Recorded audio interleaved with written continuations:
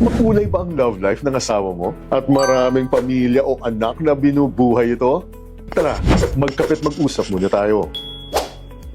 Dahil pag-usapan po natin ngayon, hindi ang kriminal na aspeto ng pagkakaroon ng maraming asawa ng asawa ninyo, kundi kung ano ang mangyayari sa suporta kapag maraming ibang sinusuportahan ito. Dahil una, maliwanag po ang ating batas na lahat po ng mga anak ninyo, legitimate man o illegitimate man ito, ay entitled to equal support o dapat pantay-pantay po ang suportang matatanggap ng bawat isa dito. At hindi naman po kinakailangang eksakto talaga o pantay-pantay ang ibibigay ninyo. Ang tinitingnan lang po ng batas dito ay kung ano ang kaya mong ibigay kay Juan, ay dapat kaya mo ring ibigay kay Pedro. Sa madaling salita po, kung naka-private school at hatid sundo ang legitimate na anak ninyo, dapat ganito rin po ang estado ng anak sa labas ninyo unless kusang pinili pong mag-homeschool nito. At pangalawa, pagdating po sa child support na ito, maliwanag po na dapat sakop nito ang pagkain, pananamit, pamamahay, pagpapagamot, pagpapaaral at pamasahe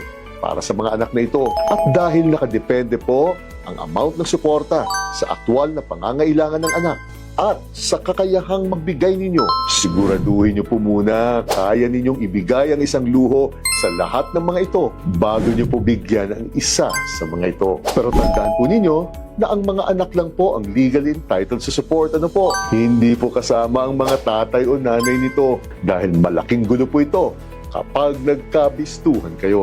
Kaya ang pangatlo, kapag illegitimate child po ang kailangang suportahan ninyo, maliwanag po na dapat manggaling ang perang pagsuporta sa hiwalay o sa personal na ari-arian at kinikita ninyo. Hindi po ito dapat nanggagaling sa conjugal funds ninyo dahil para sa legit na pamilya nyo lang po ito. Pero kung absolute community po ang property regime ninyo o yung conjugal o pinagsama ang lahat ng ari-arian ninyo at pinag-isa ito, ibabawas po ang suportang ito sa share ninyo sa conjugal assets na ito. Kaya po kung may anak sa labas kayo, whether or not isinilang ito bago o pagkatapos po ng kasal ninyo, ang pinakamaiging solusyon po dito ay aminin nyo na kaagad ito sa asawa ninyo para matapos na ang away at mapag-usapan na ninyo ang issue ng suporta habang maaga pa ito.